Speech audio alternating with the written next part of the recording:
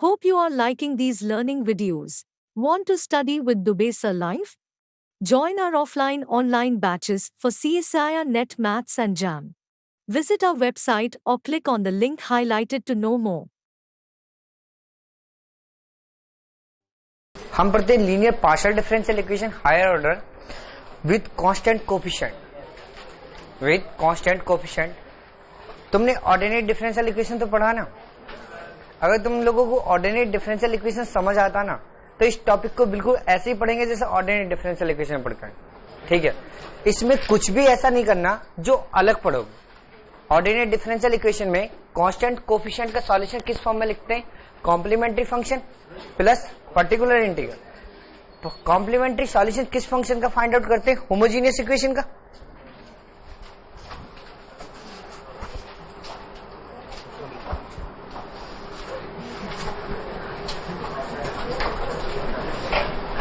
देखो ये सारे काम पहले कर लिया करो।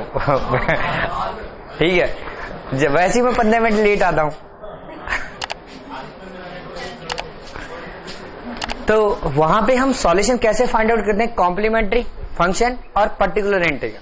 तो जैसे वहां पे फाइंड आउट करें ऐसे यहां पे फाइंड आउट करेंगे। और जितना इजी वो है ना कांस्टेंट कोफिशिएंट टॉपिक, इतना इजी है। ठीक है, और जितने भी पेपर हैं एग्जाम के, सारे एग्जाम के क्वेश्चन मतलब जितने पेपर हैं उनमें जितने भी क्वेश्चंस हैं वो सारे सॉल्व हो जाते। मतलब ऐसा कोई क्वेश्चन नहीं होता टफ कि तुम्हें बस इंटीग्रेशन करना आना चाहिए। इंटीग्रेशन कर सकते हो ना तो क्वेश्चन सॉल्व हो जाएगी। ये टॉपिक सबसे आसान टॉपिक है पार्शियल डिफरेंशियल इक्वेशन। क्यों? क्योंकि ये टोटल ऑर्डिनेट डिफरेंशियल इक्वेशन है। अब लिखो linear partial differential equation of higher order linear partial differential equation of higher order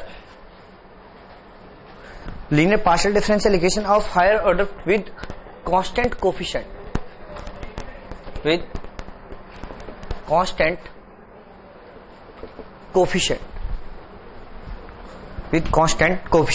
the partial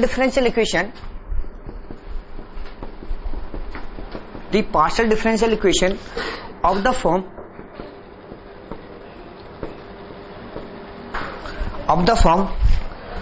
k naught del की power n z del x की power N plus k1 del की power n minus 1 z upon del x की power n minus 1 into del Y plus up to dot dot dot k n del की power n z del y की power n del की power n z into del y की power n plus l a naught del की power n minus 1 z upon del x की power n minus 1 plus L1 del की power n minus 2 z upon del x की power n minus 2 into del y up to dot dot dot l n minus 1 del की power n z upon del y की power. क्या बोल? एक second रुक जाओ। कहां पे?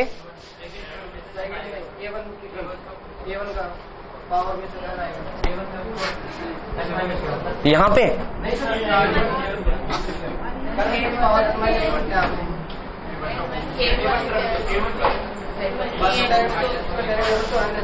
किसका?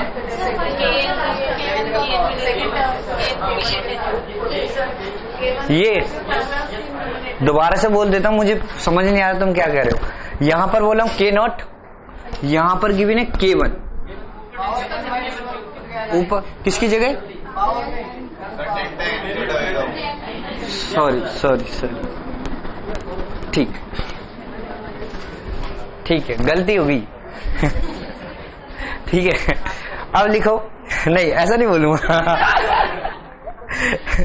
Up to dot dot dot plus M naught del Z upon del X plus m1 del Z upon del Y plus n naught Z equal to F x comma Y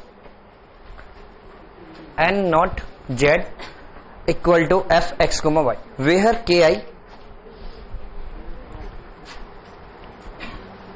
where ki, li, m0, m1 और n0, ki's, li और m0, m1 और n0 are the function of x and y, are the function of x and y. This is called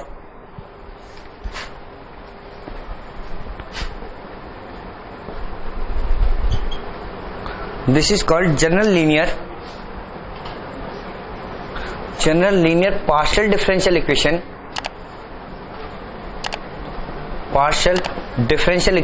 of order n. General linear partial differential equation of order n. मेरे पास अब इसमें variable coefficient और constant coefficient दोनों ही possible है ना. अगर यहां पर सारे कांस्टेंट, सारे के सारे कोफिशिएंट कांस्टेंट हो जाए तो ये किस में कन्वर्ट हो जाएगी? Constant coefficient. ये तो हमने जनरल फॉर्म डिफाइन करी n ऑर्डर की. जो मेरे पास पार्शियल डिफरेंशियल इक्वेशन गिवन है वो n ऑर्डर की पार्शियल डिफरेंशियल इक्वेशन है. अब लिखो नेक्स्ट लाइन से, if all the coefficient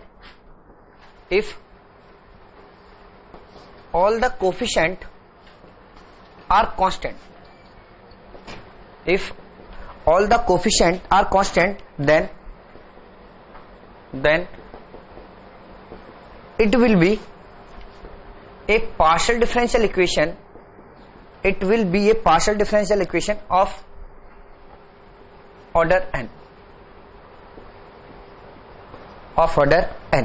with constant coefficient, with constant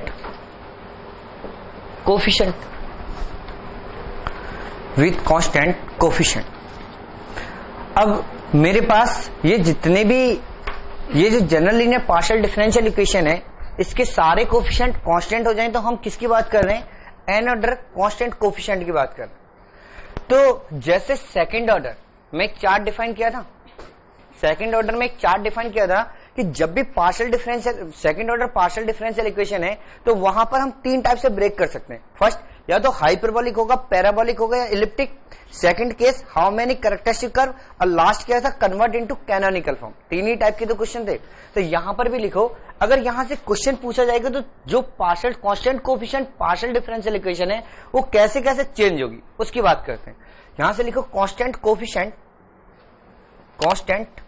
coefficient हमें पार्शियल डिफरेंशियल इक्वेशन गिवन है. इसको हम दो पार्ट में ब्रेक कर सकते हैं. दो पार्ट में ब्रेक करेंगे तो या तो होमोजीनियस या non homogeneous.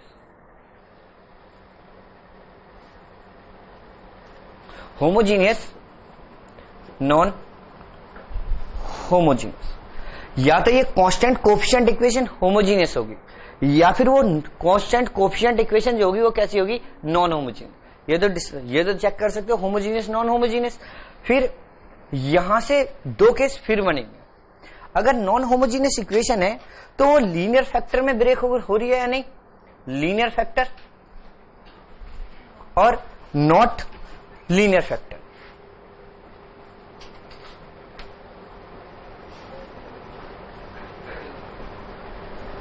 Not linear factor. ये समझ आया नहीं है? यहां तक तो कोई प्रॉब्लम नहीं.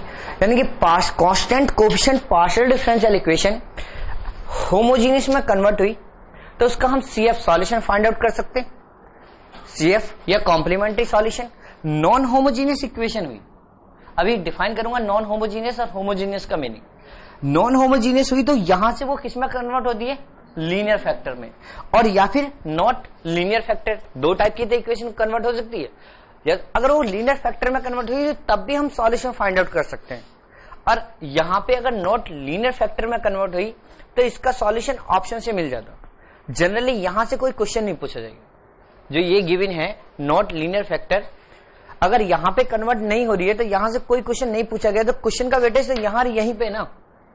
जो आप CSIR नेट या IIT jam math batches online offline class join कर सकते हैं. वेबसाइट का लिंक डिस्क्रिप्शन में है. अपनी सेल्फ स्टडी और प्रैक्टिस करने के लिए हमारी बुक्स परचेस करें. आप घर बैठे बैठे CSIR नेट IIT जैम की तैयारी हमारे लेटेस्ट रिकॉर्डेड वीडियोस से कर सकते हो, लिंक डिस्क्रिप्शन में मिल जाएगा। Get 40,000 plus question bank of all the universities in India absolutely free. Download DIPS Academy mobile app from Play Store. Subscribe our YouTube channel for more learning videos and discount on video courses. अधिक जानकारी के लिए description को ध्यान से पढ़े या QR code scan करिए। जो भी क्वेश्चन पूछे जा रहे हैं एग्जाम में, या तो होमोजीनियस से पूछे जा रहे हैं या फिर लीनियर फैक्टर से। समझ आ गया नहीं? यहां तक तो कोई प्रॉब्लम नहीं। अब देखो, यहां पे हमने होमोजीनियस और लीनियर फैक्टर, यहां पर ये क्वेश्चन तो पूछा जा सकता। मैं पहले मना कर रहा हूं, जो इसका मेथड होता है उस पर क्वेश्चन नहीं पूछा जाएगा।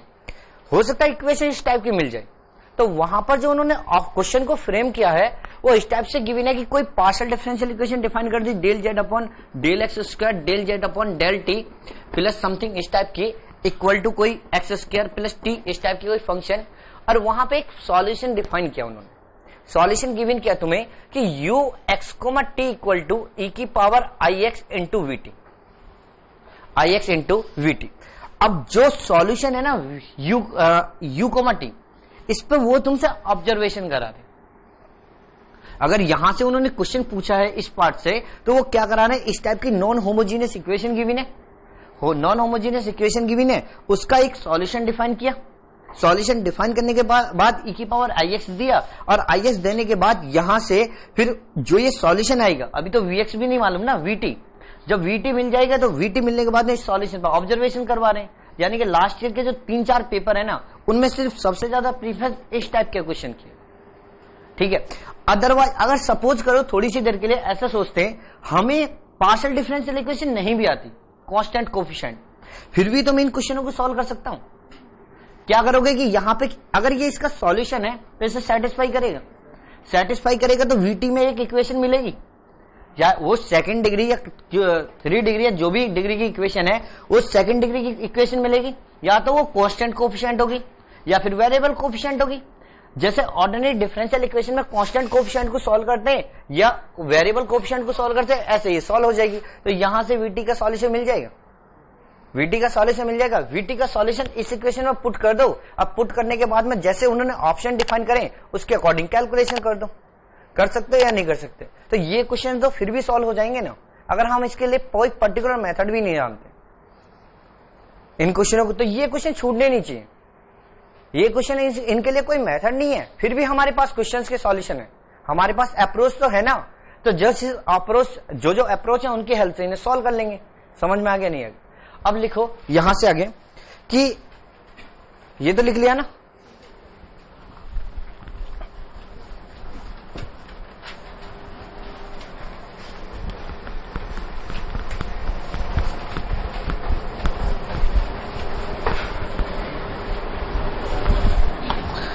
अब लिखो, मैंने ये लिखा ना, if all the coefficient are constant then it will be partial differential equation with of order N with constant coefficient that is contains all. अब मैं डिफाइन कर रहा हूं किसका मीनिंग, होमोजीनियस। अब लिखो homogeneous equation, homogeneous equation contain all the terms of order n, all the terms of order n, it contain all the terms of order n is called homogeneous, equation, that is, या फिर symbolic form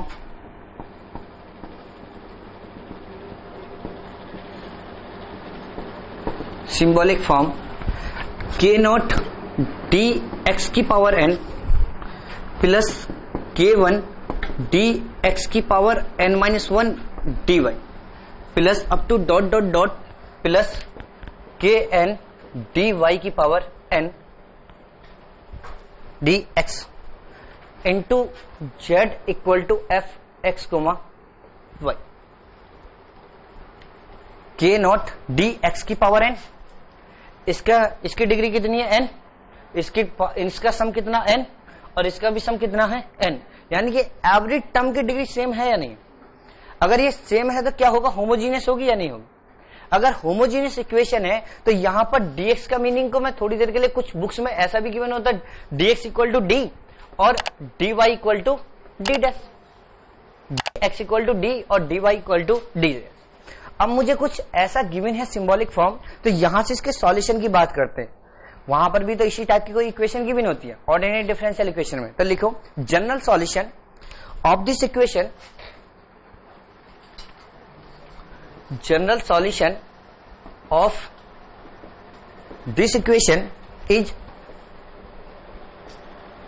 some of complementary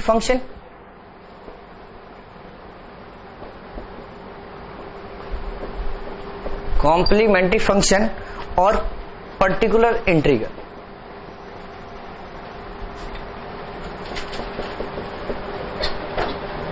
particular integral यानी कि z equal to C F plus P X, C F plus P X. अब next line से लिखो C F is given by, C F is given by F D comma D dash Z equal to 0। वहां पे भी तो C F ऐसे ही find out करते हैं, कांस्टेंट कोफिशिएंट का F D comma D dash equal to 0। अगर ये 0 है तो लिखो here it is given, it can be reduce, it can be reduced to n linear factor,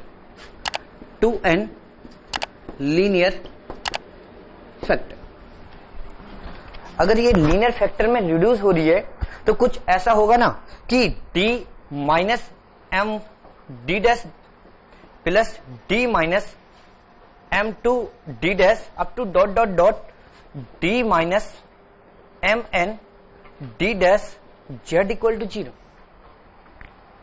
जो ये होमोजीनियस इक्वेशन है अगर n फैक्टर में रिड्यूस होगी तो कुछ ऐसा सॉल्यूशन मिलेगा, मिलेगा नहीं। कि यहां पर d minus M one D dash, d minus M two D dash और d minus M N D dash. अब मैं पर्टिकुलर एक फैक्टर के लिए सॉल्व कर रहा हूं, किसी भी एक फैक्टर को लेकर सॉल्व करता हूं और फिर उससे जनरलाइज कर देंगे किस टाइप का सॉल्यूशन मिलेगा।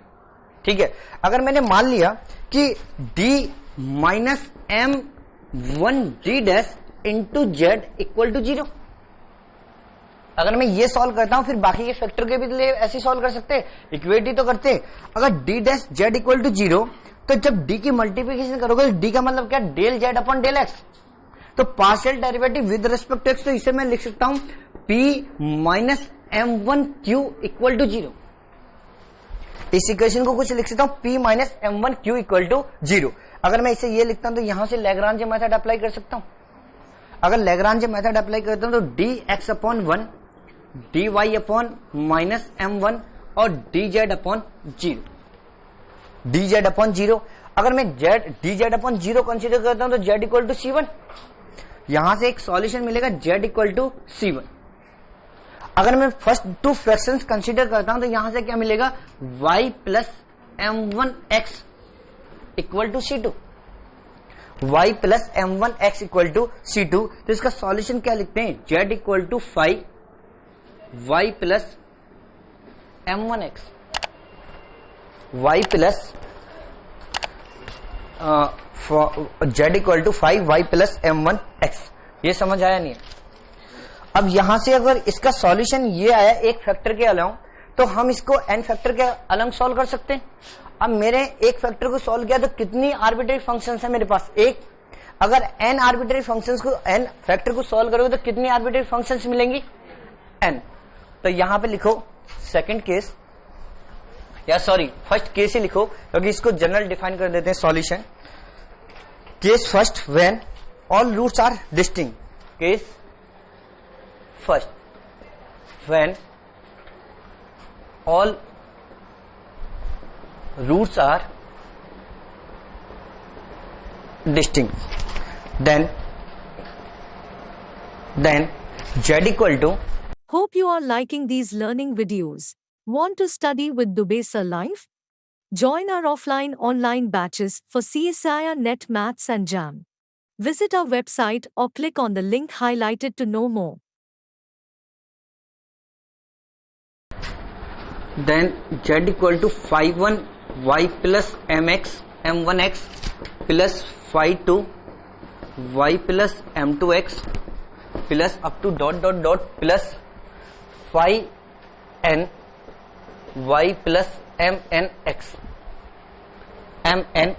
और इसकी सेकंड फॉर्म लिखो z equal to phi 1 x plus m1 y plus phi 2 x plus m2 y plus up to dot plus phi n x plus mn y where phi 1 phi 2 phi n are arbitrary function, where phi 1 phi 2 phi n are arbitrary function.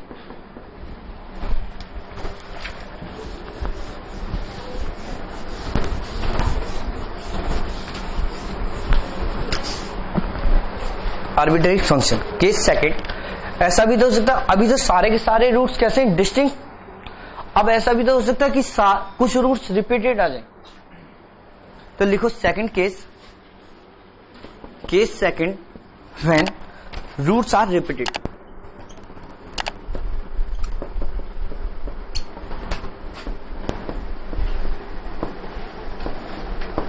When roots are repeated.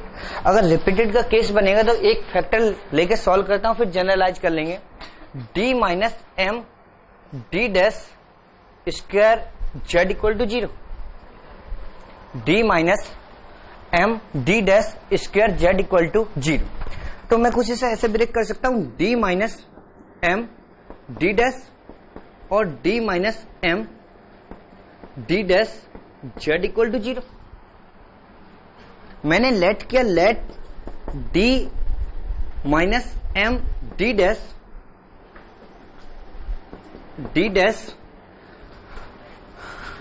Z equal to U, equal to U. अगर मैं इसे u late करता हूं या फिर late करता हूं तो ये किस में कन्वर्ट हो जाएगा, u में। तो ये जो गिवन इक्वेशन है ये कैसे कन्वर्ट होगी, d minus M D dash U equal to 0। तो जब d ऑपरेट करोगे तो इसे लिखोगे del u upon del x minus M del u upon del y equal to 0।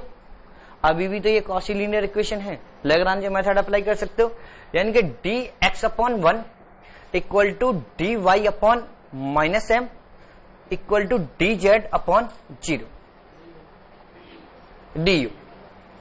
du equal to 0। अगर मैं इस फर्स्ट टू फ्रैक्शंस को सॉल्व करता हूं तो y plus M x equal to c1 और u इक्वल टू c2। तो यहां से इसका सॉल्यूशन क्या मिलेगा, u equal to 5 y plus M X, u equal to 5 y plus M X. ये इसका सॉल्यूशन आएगा, यहां तक तो कोई प्रॉब्लम नहीं है। अगर तुम्हें ये इसका सॉल्यूशन है और हमने u किसे माना, इस वैल्यू को, तो यहां पे u की वैल्यू पुट कर सकते हो। अगर u की वैल्यू पुट करोगे तो d minus M D dash Z equal to u 5 y plus M X, Z equal to 5 y plus M X. अभी भी ये अगर z की मल्टीप्लिकेशन कर दूं तो p minus M q equal to 5 y plus M X आएगा, नहीं आएगी। अब यहां से लैग्रांज इक्वेशन अप्लाई करोगे तो dx upon 1 dy upon minus M और dz upon 5 y plus M X. अगर मैं फर्स्ट टू फ्रैक्शन कंसीडर करता हूं तो यहां से मिलेगा y plus M x plus c1 या फिर c3 मान सकता हूं। अगर यहां से y plus M x equal to c3, और अब ये बताओ, अब मैं किसी भी इक्वेशन के साथ अगर फर्स्ट और थर्ड लेता हूं तो सॉल्व कर सकता हूं जब तक इसे कांस्टेंट कन्वर्ट ना कर लूं, यानी कि फर्स्ट सॉल्यूशन का यूज कर रहा हूं मैं। अगर मैं फर्स्ट सॉल्यूशन का यूज करता हूं तो यहां से ये इक्वेशन कन्वर्ट होगी dz upon phi of C3। तो दो केस पॉसिबल है यहां पर, एक तो फर्स्ट और ये फ्रैक्शन और ये फ्रैक्शन, दोनों केस पॉसिबल है या नहीं। अगर मैं फर्स्ट और लास्ट फ्रैक्शन कंसीडर करता हूं तो यहां से क्या मिलेगा, dx upon 1 equal to dz upon phi C3। Phi C3 अगर मैं इसकी मल्टीप्लिकेशन इधर कर देता हूं तो यहां से क्या मिलेगा, x phi C3 equal to z plus C4 और यहां पर पुट कर दो C3 की वैल्यू, तो z minus x phi y plus M x plus C4। अब ये u है मेरे पास, ये v है मेरे पास, तो इनका कंबाइंड सॉल्यूशन क्या डिफाइन करोगे, z minus x phi y plus M x equal to psi, एक new function psi y plus M x. तो यहां से इसका सॉल्यूशन आ जाएगा z equal to psi y plus M x plus x phi y plus M x. इसका solution मिलेगा नहीं मिलेगा। अब ये u है, अब तो लैग्रांज इक्वेशन ये है ना, और ये v है, तो u इक्वल टू मैं लिख सकता हूं psi of u, psi of v, ये लिख सकता हूं। तो यहां से u equal to psi of u v, तो जब u की वैल्यू ये यहां पे ये पुट कर दी और v की वैल्यू ये पुट करी, तो ये इक्वेशन मिलेगी या नहीं मिलेगी, ये समझ आ गया नहीं है। अगर मैं इसको और इस फ्रैक्शन को लेकर सॉल्व करता हूं तो यहां पे किसका मल्टीपल आ जाएगा, y, x की जगह क्या आ जाएगा, y। समझ आ गया नहीं आगे, तो वो तुम लोग सॉल्व कर लोगे या नहीं। अगर मैं इसको और इसको फ्रैक्शन को लेकर सॉल्व करता हूं, अब मैं जनरल डिफाइन कर देता हूं कि अगर इसका सॉल्यूशन आएगा तो कैसे आएगा। जनरल n रूट्स हुए तो n के n रिपीटेड हुए तो क्या केस बनेगा, रब कर दूं, ये इधर तो नोट कर लूं, नोट किया नहीं किया।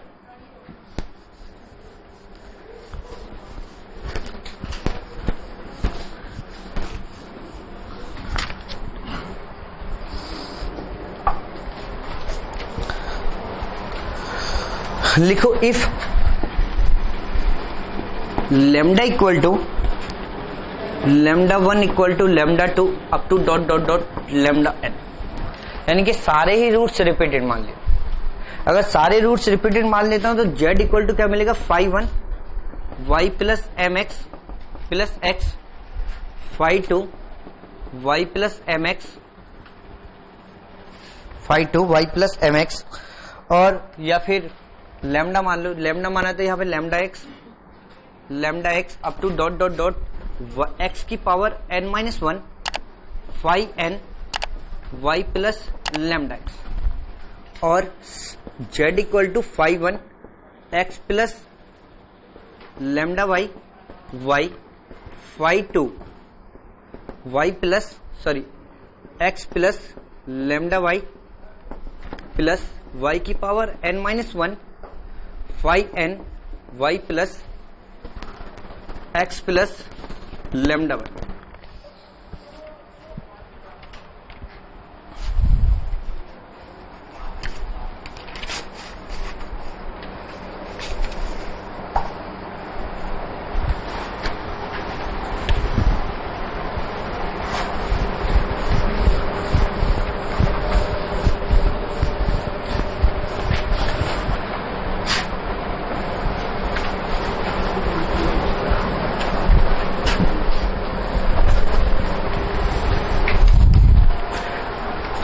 अब देखो वहां पर तो 3 केस भी बनते थे, वहां पे जो 4 केस बनते थे जनरली, यहां पर कितने केस बने, 2 ही तो केस बने। या तो रूट्स डिस्टिंक्ट होंगे या फिर रूट्स रिपीटेड होंगे, 2 ही तो केस बनने। और तो वहां पे तो 4 केस बन रहे थे, एक तो इमेजिनरी और एक इरेशनल। यहाँ पे तो इमेजिनरी और इरेशनल का कोई रिलेशन ही नहीं है, यहाँ पे सिर्फ 2 ही टाइप के केस बनेंगे, या तो रूट्स डिस्टिंक्ट होंगे या फिर रिपीटेड होंगे। तो फर्स्ट क्वेश्चन लिखो, D square plus 6d D dash plus 5। Just watching videos won't help. You need to practice your learning by solving questions. Get the latest practice books from DIPS. Click on the link to buy now.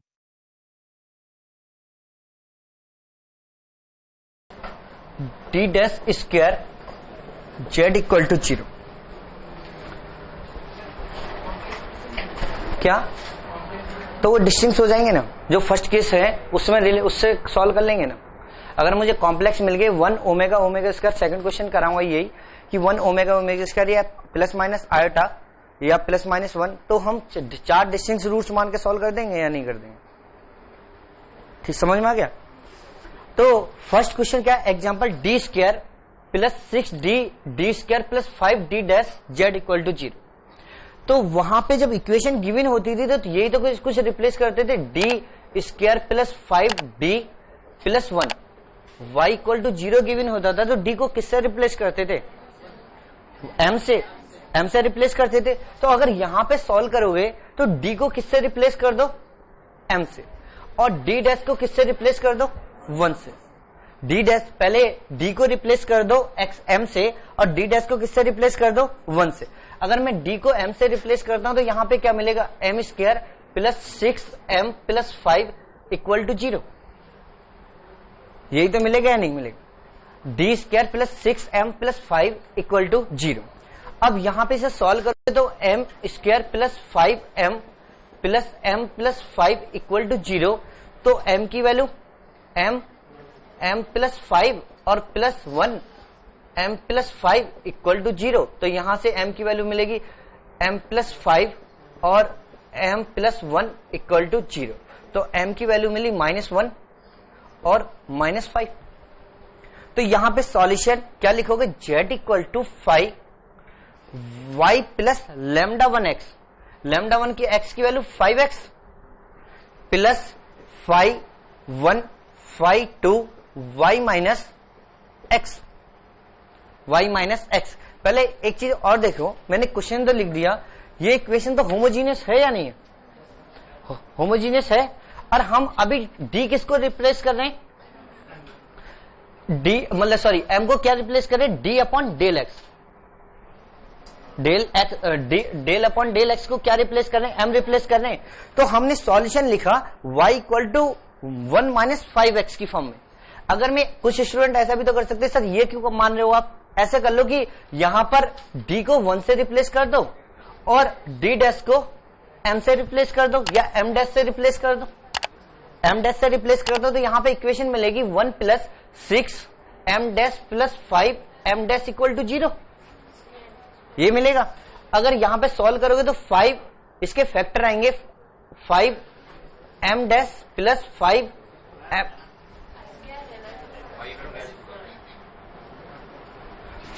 Dash square plus m dash plus 1 equal to 0। तो इसके factor मिलेंगे 5 m dash plus 1 और m dash plus 1 equal to 0। तो m dash equal to क्या मिलेगा? -1 और m dash equal to -1/5। तो इसका सॉल्यूशन डिफाइन करोगे z equal to 5 x plus x minus 1/5 y plus 5 x minus y, x minus y। अगर हम d को m मानने हैं तो y प्लस लैम्डा x की फॉर्म सेलेक्ट करोगे, और d डैश को m मानने हो तो x माइनस लैम्डा y की फॉर्म सेलेक्ट करोगे। ये चीज समझ आई या नहीं? यहां तक तो कोई प्रॉब्लम नहीं। देखो बहुत इजी क्वेश्चन है, ये टॉपिक बहुत आसान है, ये तो सभी को समझ आ जाना चाहिए। ठीक है, अगर हम इसे ऐसे डायरेक्ट करते हैं, जैसे फैक्टर बना के d square minus 5d dash minus के d dash plus 5d dash का स्क्वायर, तो उसके अकॉर्डिंग इक्वेशन कैसे फॉर्मूला मिलेगा? क्या बोल रहे हो? d x square plus 6 dx dy dash plus 5 dy square. अब क्या करूं? फैक्टर बनाते थे तो dx plus 5 dx dy plus dx dy plus 5 dy square. यहां से dx कॉमन, तो यहां से dx plus 5 dy plus dy और dx प्लस 5 dy। अब ये कॉमन आ जाएगा, dx का भी एक फॉर्मूला होता है ना इसमें okay plus D D dash plus D C. बोलो क्या, अब क्या करूं? सर इसमें भी फॉर्मूले होते हैं क्या?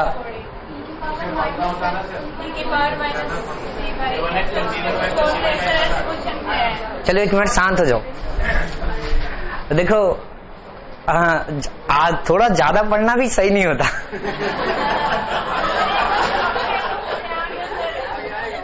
देखो क्यों? क्योंकि अभी मैं वहां तक पहुंचा भी तो नहीं। पहले ये भी तो देखो, अभी तो मैंने शुरुआत करी है टॉपिक की, तो जैसे टॉपिक शुरुआत करेंगे तो ऐसे ही तो समझाऊंगा एक एक कंसेप्ट से। अब तुम एकदम लास्ट पे पहुंच के रिड्यूस इनटू लीनियर फैक्टर पे। अब एक चार्ट डिफाइन करा था homogeneous non homogeneous. Non homogeneous होगा तो रिड्यूसिबल टू लीनियर फैक्टर, और लीनियर फैक्टर का तो अभी डिस्कशन भी नहीं हुआ ना। मैं मना थोड़ी ना कर रहा हूं। मैंने सबसे पहली बात क्या बोल रहा हूं कि ऐसा भी यहां तक पहुंचे ही नहीं है, बाद में सॉल्व करेंगे नहीं ने। पहले ये सीख तो लोग क्या कर रहे हैं हम, ठीक है। अभी फर्स्ट सेकंड बैच में पढ़ा रहा था, तो सेकंड बैच में जो कैरेक्टरिस्टिक रूट्स फाइंड आउट करते हैं ना, तो वहां पे R lambda square plus S lambda plus T equal to 0 लिखते हैं। तो उस क्वाड्रेटिक इक्वेशन के रूट्स मिलते हैं लैम्डा 1 लैम्डा 2। तो एक बच्चा खड़े होकर पूछता है, सर मुझे ये बता दो लैम्डा क्या। अब उस क्वाड्रेटिक इक्वेशन में लैम्डा क्या है ये उसे समझा दो। मैं पूछता हूं उससे कि बचपन में क्वाड्रेटिक इक्वेशन एक्स पढ़ में पढ़े थे या नहीं पढ़े थे? बोले हाँ पढ़ा था। वहां पे एक्स क्या होता? सर पता नहीं, वहां का तो पता नहीं, पर यहां समझा दो।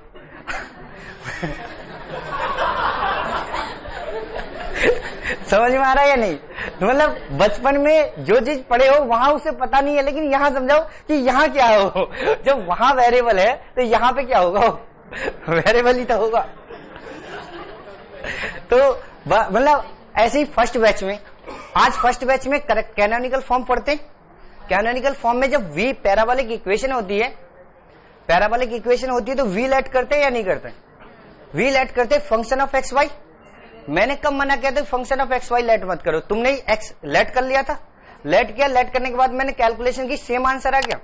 वो बच्चा कहता कि नहीं सर, आप यहाँ जो फंक्शन ऑफ एक्स वाई लिखवा रहे हो ना, ये गलत लिखवा रहे हो। मैंने एक बुक में पढ़ा है कि आपने जो ये फंक्शन लिखवाई है ये गलत लिखवाई है। यहाँ तो या तो फंक्शन ऑफ एक्स लेट करेंगे या फंक्शन ऑफ वाई लेट करेंगे। मतलब ऐसी फंक्शन लेट कर लो जिसके साथ जैकोबिन 0 आ जाए। ऐसी फंक्शन लेट कर लो जिससे जैकोबिन क्या मिल जाए? 0। तुम लेट कर लोगे क्या? नू बोलता फिर sir function of Y let कर लेंगे। चलो ठीक है, वाई भी लेट किया। मैंने सॉल्व कर दिया फंक्शन ऑफ एक्स लेके, जो तुम्हारी क्लास में डिस्कशन किया, तो उसी को लेट करके वहां पे सॉल्व किया। सॉल्व करने के बाद में बोलता कि अगर मैं एक्स लेट करूंगा तो डेल यू, जो del Z upon del U की फॉर्म बनती है वो फॉर्म आएगी, और वाई लेट करेंगे तो del V upon del Z upon del V की फॉर्म बनेगी। मैंने उसे सॉल्व करके दे दिया, दिखाने के बाद में कि कोई सी भी फंक्शन ले लो, एक्स ले लो, दोनों ही केस में डिस्कस किया। एक तो v इक्वल टू एक्स लेके और v equal to Y plus X लेके, दोनों ही केस में। तो वो कहता कि जो ये फंक्शन आई है ना, ये जो सॉल्यूशन है, ये आप गलत फाइंड आउट कर रहे हो। मैं गलती बताओ ना, आप ये बताओ गलत कहाँ है। अगर मैंने ये दोनों से सेम आंसर आ गया मेरा, तो गलती तो बताओ कहाँ पे गलत कर रहा हूं। मैंने बुक में पढ़ा है कि क्या नाम है, ये आपने गलत किया, ठीक है। नहीं, मैं तो उससे 2-3 बार पूछ चुका हूं। वो जैसे क्वेश्चन बोर्ड पर सॉल्व कराता तो वो बड़े कॉन्फिडेंस से ये भी बोलता कि सर आपने ये क्वेश्चन जो आंसर है, मैंने जैसे बी टिक किया तो वो बोलता है सर सीएसआर ने तो इसका आंसर डी दिया, मैं क्वेश्चन का आंसर ले आना। मैं उसे 3-4 बार बोल चुका हूं ऐसे भी, लेकिन उसे समझ नहीं आती। मेरी बातें कभी उसे समझ नहीं आती, बस वो तो ये सोचे बैठा। मतलब 3 टाइप के स्टूडेंट होते क्लास में हमेशा। नहीं, टारगेट नहीं, मतलब मैं उसे समझाना चाह रहा हूं, लेकिन वो समझता भी तो नहीं। 1 बार हो गया, 2 बार हो गया, 3 बार हो गया, जब वो हर चीज को गलत प्रूफ कर देता तो उसमें मेरी क्या गलती है? वो मैं कोई भी क्वेश्चन लिखूं उसका आंसर गलत बता देगा।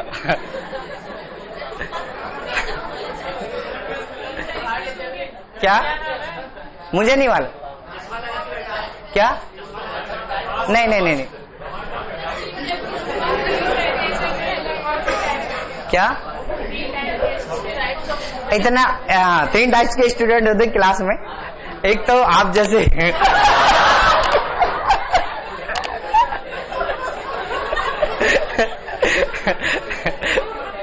क्या? आप CSIR नेट या IIT jam math batches online offline class join कर सकते हैं। वेबसाइट का लिंक डिस्क्रिप्शन में है। अपनी सेल्फ स्टडी और प्रैक्टिस करने के लिए हमारी बुक्स परचेस करें। आप घर बैठे बैठे CSIR नेट IIT जैम की तैयारी हमारे लेटेस्ट रिकॉर्डेड वीडियोस से कर सकते हो। लिंक डिस्क्रिप्शन में मिल जाएगा। Get 40,000 plus question bank of all the universities in India absolutely free. Download DIPS Academy mobile app from Play Store. Subscribe our YouTube channel for more learning videos and discount on video courses. अधिक जानकारी के लिए description को ध्यान से पढ़े या QR code scan करिए। कैटेगरी तो पता नहीं कैटेगरी कैसे डिफाइन करोगे, ऊपर से या नीचे से, ठीक है। जैसी भी है वो तुम्हारे अकॉर्डिंग है। आप जहां मानो मान लो, नीचे हो या ऊपर। तुम्हें कहाँ फील होता वैसे?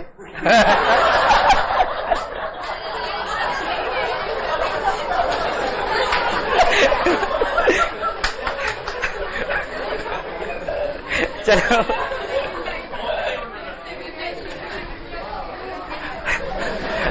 एक बात बताऊं, मैं तुम्हारे बैच में मतलब कंफर्ट फील करता हूँ, खूब हंसाता भी हूँ, ऐसा नहीं कोई हंसाता नहीं हूँ। बाकी सारे बैचेस में जाता तो हूँ, लेकिन उन सारे बैचेस में कभी मैं कभी हंसता भी नहीं हूँ।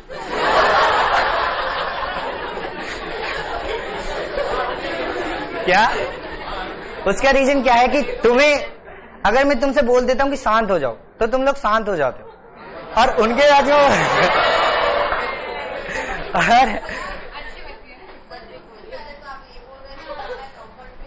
नहीं तो अब करने लगा ना धीरे धीरे आप चेंज हो गए ना।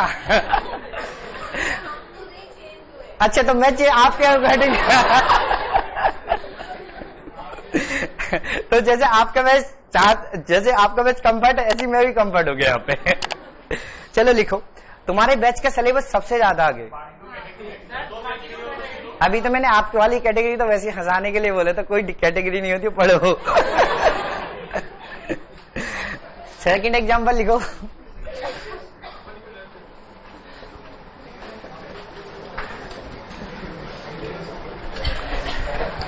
लिखो D cube minus D dash cube Z equal to 0। D cube minus D dash cube Z equal to 0। तो सॉल्यूशन फाइंड आउट कर सकते हो। यहां पे अगर डी इक्वल टू क्या लेट करोगे, m, तो m cube minus 1 equal to 0। तो इसके रूट्स क्या मिलेंगे, 1 ओमेगा, यानी कि 1 की पावर 1/3। तो इसके रूट्स मिलेंगे m इक्वल टू 1 ओमेगा और omega square, 1 omega omega square. तो इसका solution z equal to 5/1 y plus x plus 5/2 y plus omega x plus 5/3 y plus omega square x, ये सॉल्यूशन आएगा। अब नेक्स्ट क्वेश्चन लिखो, d की power 3 d dash square minus plus लिखो plus d square d dash cube equal to 0।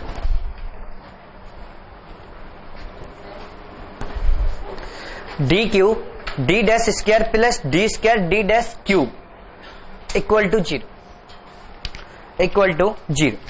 अब यहां से अगर मैं यहां ये इक्वेशन कितनी डिग्री की है, 5। तो आर्बिट्रेरी फंक्शंस कितनी मिलनी चाहिए, 5 ही तो मिलनी चाहिए। अगर आर्बिट्रेरी फंक्शंस 5 मिलेंगी तो यहां पर दो ही तो चॉइस है तुम्हारे पास, या तो डी डैश को m पुट करो या फिर d को m पुट करो। अगर मैंने d को m पुट करता हूं तो यहां से क्या सॉल्यूशन मिलेगा, m d equal to m और d डैश इक्वल टू 1। तो यहां से m cube plus m square equal to 0, तो m की वैल्यू मिलेंगी 0 0 और -1। तो इसका सॉल्यूशन क्या मिलेगा, y z equal to 5/1 x 5/1 y plus x 5/2 y plus 5/3 y minus X. तो आर्बिट्रेरी फंक्शन तो 5 ही मिलनी चाहिए। अगर 5 डिग्री की इक्वेशन है तो आर्बिट्रेरी फंक्शन कितनी मिलनी चाहिए, 5। अब यहां पर एक काम करो, जब भी इस टाइप का क्वेश्चन आएगा तो तुम इसे ऐसे चेंज कर लो कि अब d को तो 1 मान लो और डी डैश को एम मान लो, डी डैश को एम डैश मान लो। अगर एम डैश लेट करोगे तो यहां से क्या मिलेगा, M dash square plus M dash cube equal to 0। तो एम डैश के रूट्स मिलेंगे 0 0 और -1 -1। तो इसका सॉल्यूशन क्या लिखोगे, z equal to 5 plus y 5 3 5 4 x plus 5 x plus 5 6 x minus y। तो ये सॉल्यूशन आएगा नहीं आएगा। अब यहां से ये सॉल्यूशन और ये सॉल्यूशन, यहां पे ये आर्बिट्रेरी फंक्शन किसकी है, y माइनस एक्स की, और यहां पे ये आर्बिट्रेरी फंक्शन किसकी है, x माइनस वाई की। अगर माइनस कॉमन ले लूं तो ये फंक्शन और वो फंक्शन तो सेम ही है ना। तो यहां से इन दोनों का अगर यूनियन लेता हूं तो यूनियन लेने के बाद इसका कंबाइंड सॉल्यूशन लिखता हूं तो लिख सकता हूं z equal to 5 y plus x 5 y plus 5 3 x plus 5 4 y 5 4 x plus 5 5 y minus X, y minus X, ये सॉल्यूशन आएगा। लेकिन इसमें थोड़ा सा कंफ्यूज होने की, यहां पर भी 0 0 ये फॉर्म लिख दी, यहां पे भी 0 0 इस टाइप से सॉल्यूशन डिफाइन किया, और यहां पे आर्बिट्रेरी फंक्शंस का यूनियन लिया तो ये आ गया। ऐसे ही तो सॉल्यूशन आ रहा। तो इसको सेकंड मेथड से सॉल्व करना, कभी भी इस टाइप से सॉल्व नहीं करना। अगर कभी भी कोई ऐसा केस बनता, हाँ बोलो, ये और ये क्या, हाँ यहां पे जब हम सॉल्व कर रहे हैं कि x माइनस 1/5 y, और यहां पे जब 5y प्लस 5x, अगर मैं इसमें से 5 एलसीएम ले लूं,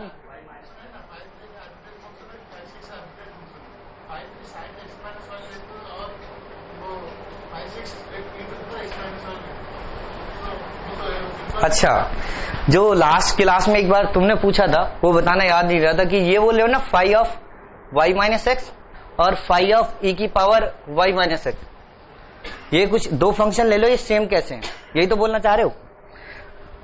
वो क्वेश्चन ये है कि जैसे हमने ये फंक्शन ली, अगर मैं कोई फंक्शन डिफाइन करूं f of X, one variable, f of X equal to e की power x minus 1, five of X equal to e की पावर x माइनस 1। थोड़ी देर के लिए इसको इस फंक्शन में थोड़ा सा चेंज करता हूं, या फिर ऐसा लेट कर लेता हूं x की power 4 plus X square plus 1, X square plus 1। तो एक्स स्क्वायर को मैंने लेट कर लिया एक्स स्क्वायर का whole square plus X square plus 1, ऐसे भी लिख सकता हूं। और एक्स स्क्वायर को थोड़ी देर के लिए t मान लूं, एक्स स्क्वायर के लिए थोड़ी देर के लिए t मान लूं, तो ये क्या आएगा, T square plus T plus 1। तो 5 ऑफ टी स्क्वायर की फंक्शन मिलेगी नहीं मिलेगी, सॉरी 5 ऑफ टी की फंक्शन मिलेगी नहीं मिलेगी। तो ये फंक्शन अगर इसमें ये आर्बिट्रेरी फंक्शंस हैं, ये जो आर्बिट्रेरी फंक्शंस है, इसमें कोई भी रूल्स डिफाइन कर दूं तो आंसर तो सेम मिल जाएगा।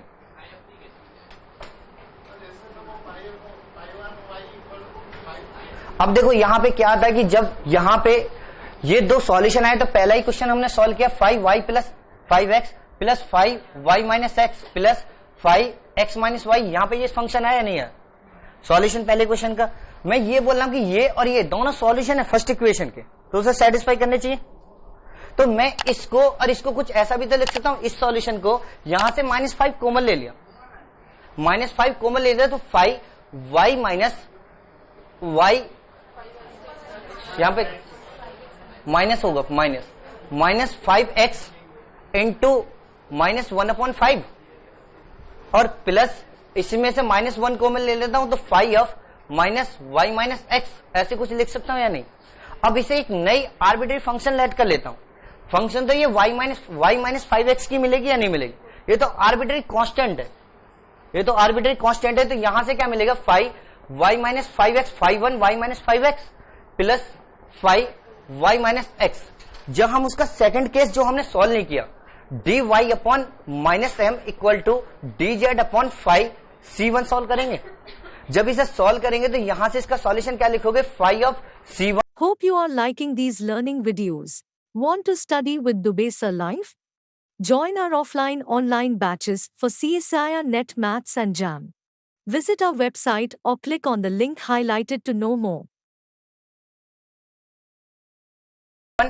Minus M into Y plus Z लिखोगे, नहीं लिखोगे? तो यहां पे Z plus Y M phi, यहां पे अगर मैं लिख देता हूं Y plus M x equal to C2, तो इससे एक नई आर्बिट्री फंक्शन कंटेन कर सकता हूं, इसकी जगह रिप्लेस कर सकता हूं, क्योंकि फंक्शन ही तो जब कांस्टेंट रिप्लेस कर सकते हैं, b को b/2 आता है तो उसको b लिख सकते हैं या नहीं लिख सकते? तो यहां पे भी तो आर्बिट्री फंक्शन लिख सकता हूं, तो यहां पे चेंज कर सकता हूं z plus Y phi of y plus M X, एक न्यू फंक्शन फाई नहीं साई इक्वल टू C3।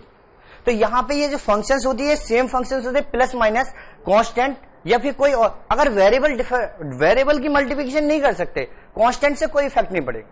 यहां पे कांस्टेंट से इफेक्ट नहीं पड़ रहा, नहीं कोई रूल्स नहीं डिफाइन है, कांस्टेंट तो सेटिस्फाई कर ही जाता। पार्शियल डिफरेंशियल इक्वेशन को सेटिस्फाई करा लो ना दोनों केस में। अगर तुम्हें इससे कंफ्यूजन हो रहा है कि ये दोनों फंक्शन और ये फंक्शन और ये फंक्शन डिफरेंट है, तो सेकंड मेथड अप्लाई कर लो। सेकंड मेथड कैसे अप्लाई करोगे? यहां पर देखो जो इक्वेशन गिवन है, ये इक्वेशन गिवन है D cube D dash square plus D square D dash cube equal to 0। यहां से मैं डी स्क्वायर और डी डैश क्यूब कॉमन ले सकता हूं।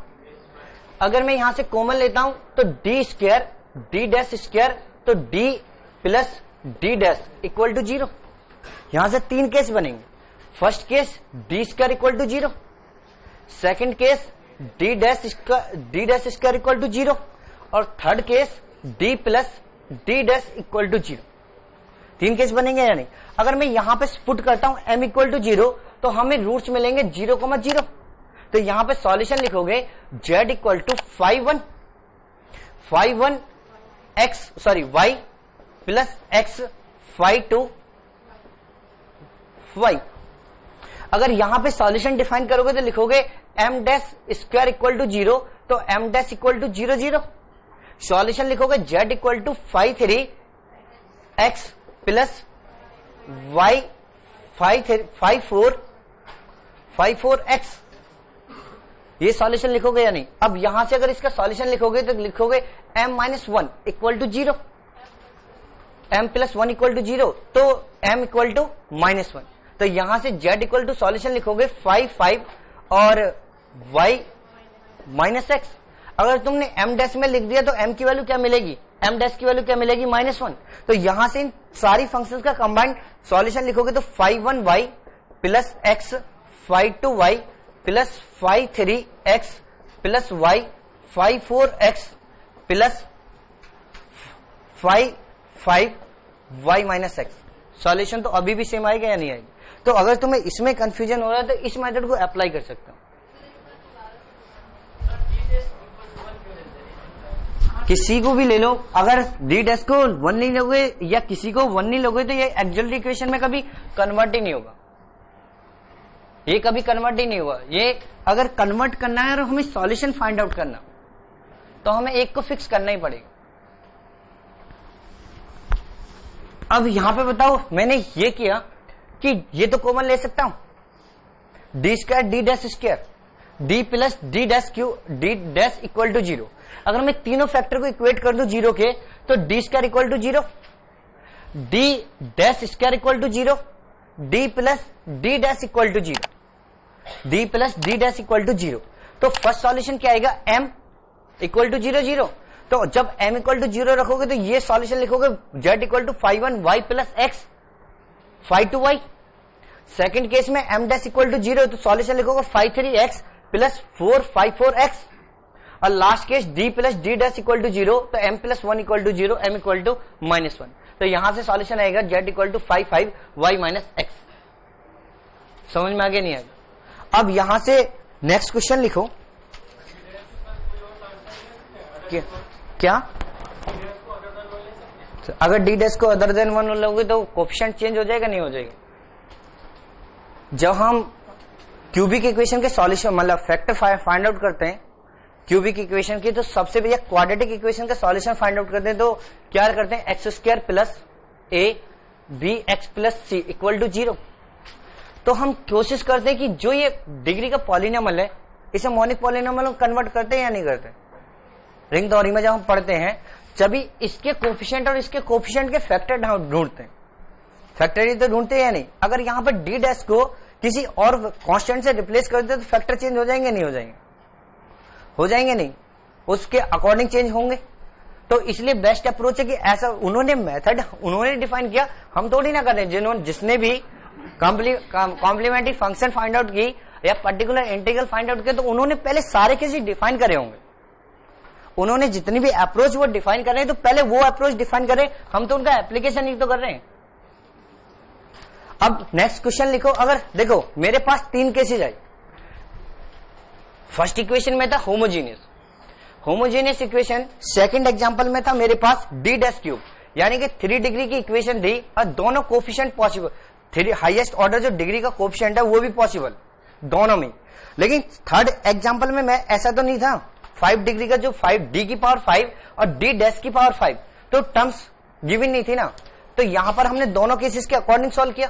तो इसके अकॉर्डिंग तुम्हें क्या लेट करना है वो लिख लो। लिखो एक रिजल्ट लिख लो। रिजल्ट में लिखो ए नॉट डी की power N plus A one D की power N minus 1 D dash plus A two D की पावर एन माइनस 2 डी की पावर डी डैश की power 2 up to dot dot dot A N D की dash की power N, D dash की power N. Case first लिखो A naught equal to 0 और ए N D dash की power N,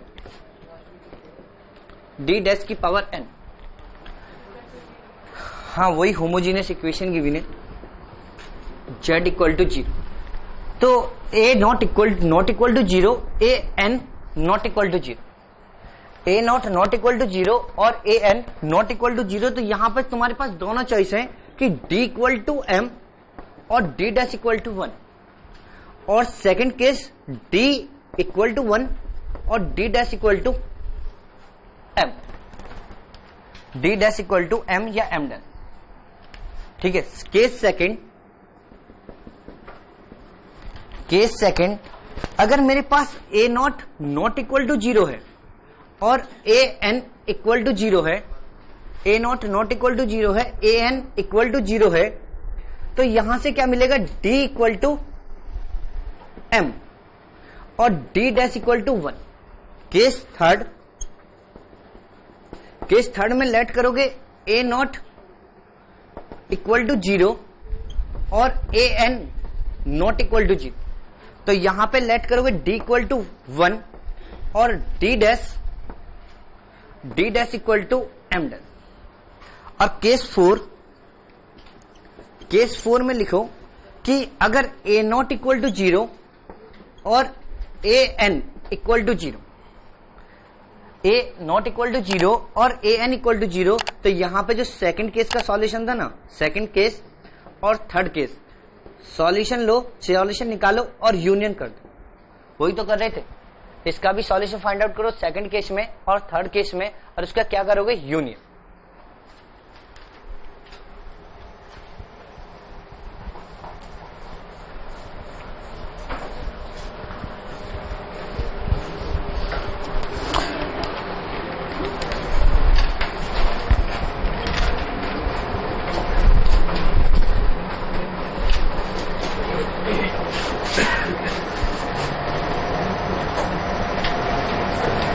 union.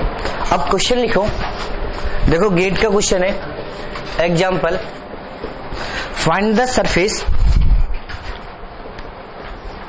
Find the surface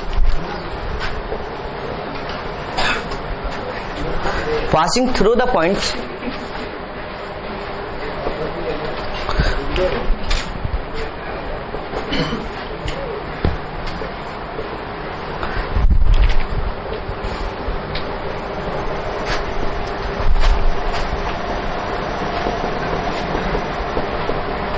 Just watching videos won't help. You need to practice your learning by solving questions. Get the latest practice books from DIPS. Click on the link to buy now.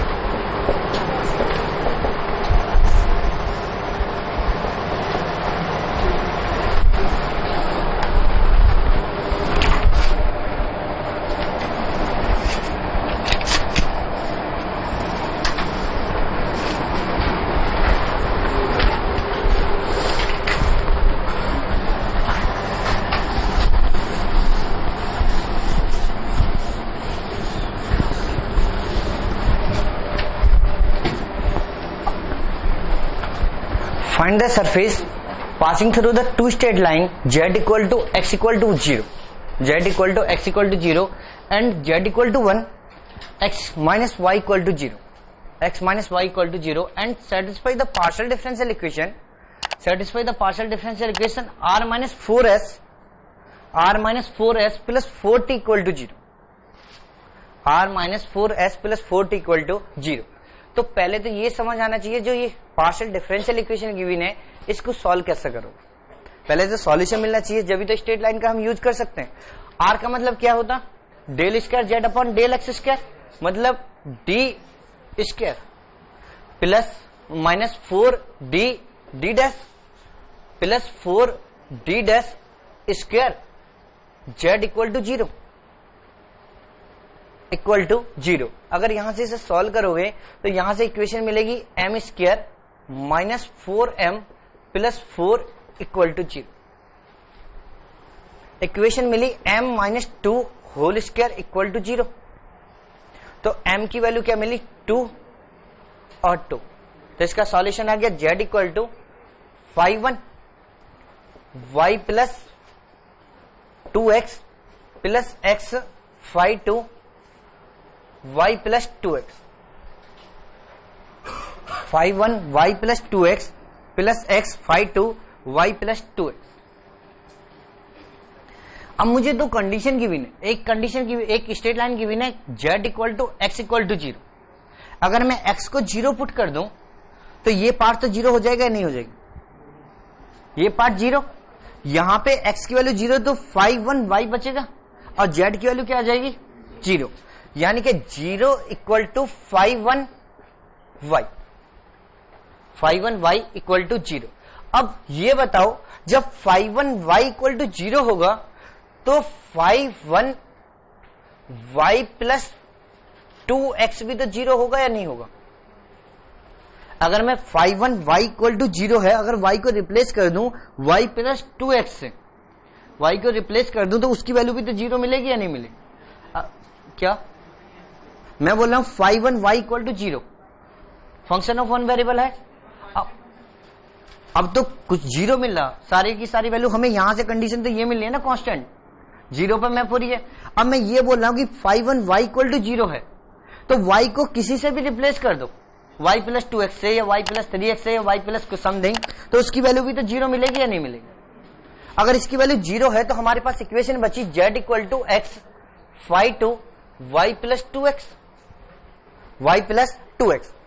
तो यहां से देखो x की value y, x की value y या y की value x, y की value अगर मैं x पुट करता हूं तो z की वैल्यू क्या मिलेगी 1, तो 1 इक्वल टू x 5 3x।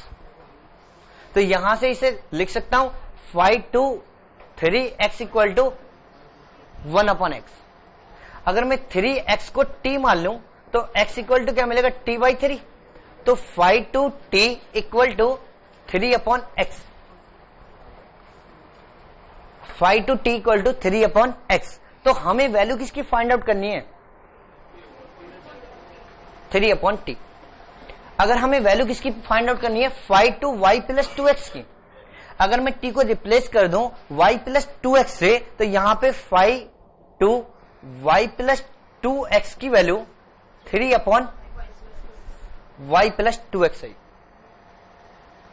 ये वैल्यू आएगी five two Y plus two X equal to 3 upon Y plus two x. तो हमें five two Y plus two X की वैल्यू भी गिवन है, 5 वाई प्लस टू एक्स की वैल्यू भी given है। ये वैल्यू क्या है 0 और ये वैल्यू क्या है ये, तो पुट कर दो इक्वेशन में z इक्वल टू इसकी value 0 plus 3x upon Y plus two x. तो z equal to 3x upon Y plus two X, Y plus 2x।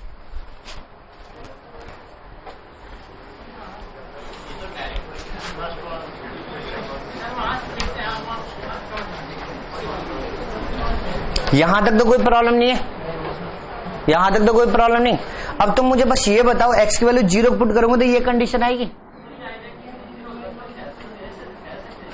क्या?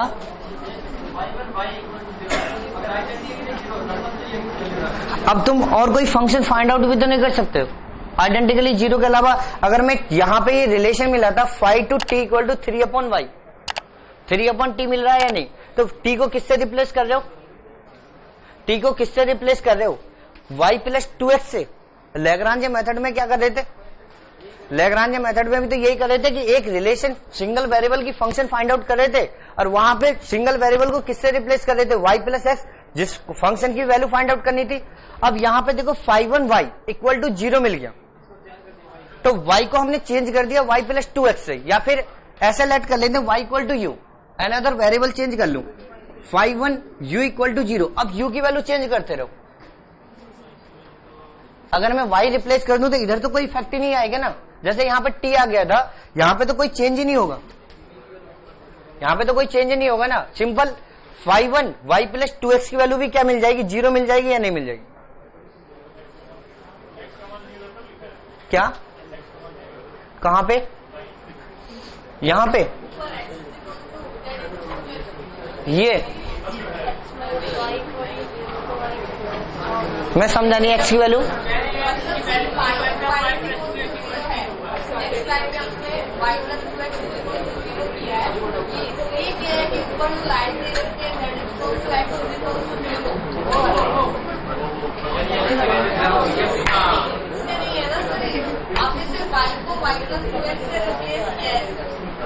मैं दोबारा से बता देता हूं। मैंने ये सॉल्यूशन फाइंड आउट किया। ये सॉल्यूशन किससे पास कर रहा? इस स्ट्रेट लाइन से। अगर इन स्ट्रेट लाइन से पास करेगा तो x की वैल्यू 0 और z की वैल्यू 0 आएगी। अगर मैं x की वैल्यू 0 पुट करता हूं तो ये पार्ट 0 हो जाएगा। z की वैल्यू 0 पुट करोगे तो z की वैल्यू 0 आ जाएगी। तो 5 y की वैल्यू क्या मिली? 0 मिली।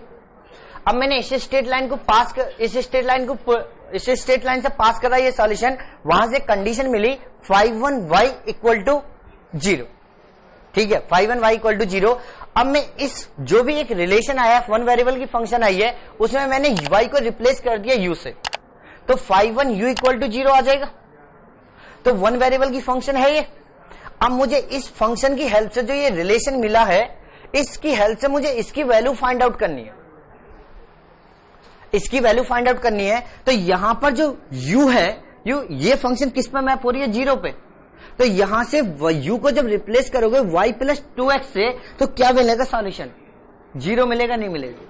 तो यही तो लिख रहा हूं 5 y plus 2x equal to 0। यही तो लिख रहा हूं या नहीं लिख रहा हूं?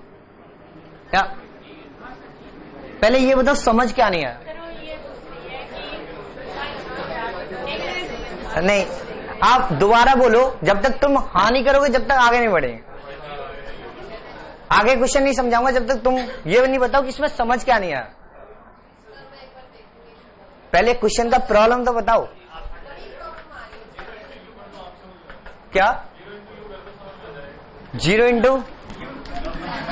अच्छा ये कर दो। अभी भी कोई प्रॉब्लम नहीं है, अभी भी।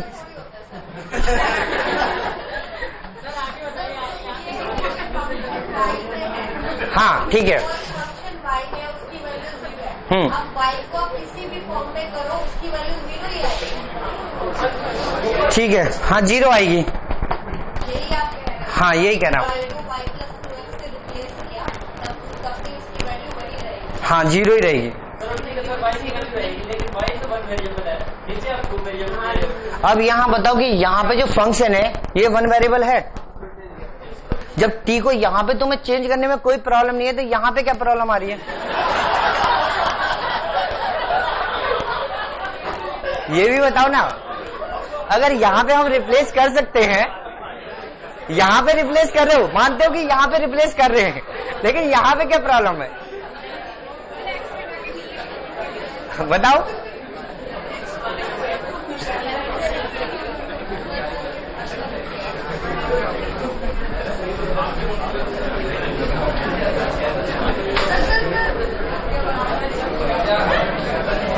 मतलब अभी तक वेट कर रहे थे कि कब में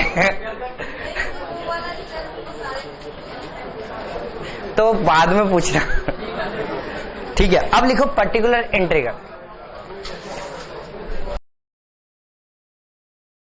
आप CSIR नेट या IIT jam math batches online offline class join कर सकते हैं। वेबसाइट का लिंक डिस्क्रिप्शन में है। अपनी सेल्फ स्टडी और प्रैक्टिस करने के लिए हमारी बुक्स परचेस करें। आप घर बैठे बैठे CSIR नेट IIT जैम की तैयारी हमारे लेटेस्ट रिकॉर्डेड वीडियोस से कर सकते हो। लिंक डिस्क्रिप्शन में मिल जाएगा। Get 40,000 plus question bank of all the universities in India absolutely free. Download DIPS Academy mobile app from Play Store. Subscribe our YouTube channel for more learning videos and discount on video courses. अधिक जानकारी के लिए description को ध्यान से पढ़े या QR code scan करिए।